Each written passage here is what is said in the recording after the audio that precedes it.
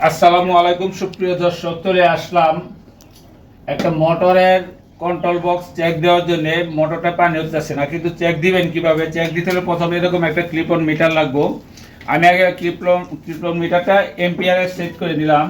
এখন চালু দিয়ে দেখবো যে পানি উঠে কিনা, এম্পিয়ার নিচ্ছে কিনা। ঠিক আছে, এই দেখেন, যেহেতু এম্পিয়ার নিচ্ছে না, তাহলে এটা বোর্ডের ভিতরে সমস্যা আছে। এই সমস্যার কারণে আগে আমি স্ক্রুগুলো খুলে নিলাম, ভিডিওটা লং হয়ে যাবে বিদায়। এই যে খুললাম, ওরে, এই যে কন্ট্রোল বক্সের ভিতরে সুইচটা পুড়ে গেছে। ঠিক আছে, দেখতে থাকুন, আমি কাজটা করতে থাকি। এই যে ক্যাপাসিটারটার সমস্যা, এখন আমরা একটু ক্যাপাসিটারটা মেপে দেখবো ঠিক আছে কিনা। ক্যাপাসিটারটার ভিতরে বিদ্যুৎ থাকতে পারে, সে কারণে আগে টেস্টার দ্বারা যে কোনো দ্বারা এভাবে শর্ট করে নেবেন। এর মধ্যে নাই। ঠিক আছে, ক্যাপাসিটারটা মেপে নিলাম।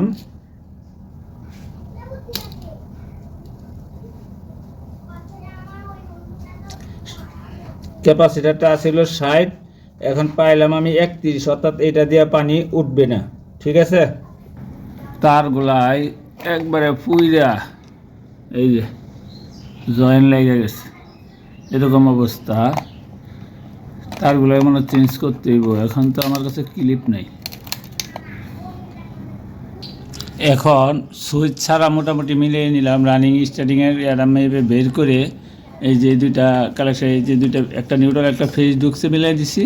আর ক্যাপাসিটারের জন্য এই যে দুইটা টার্মিনাল রেখে দিছি, আর ওইটারে এই যে এখান থেকে ডাইরেক্ট করে দিচ্ছি। যেহেতু সুইচ পাওয়া যাচ্ছে না, এই কারণে এই তৈরি করে রাখলাম। দেখি ক্যাপাসিটার আনলে পরে ইনশাল্লাহ বাকি কাজটা গুছিয়ে নিব।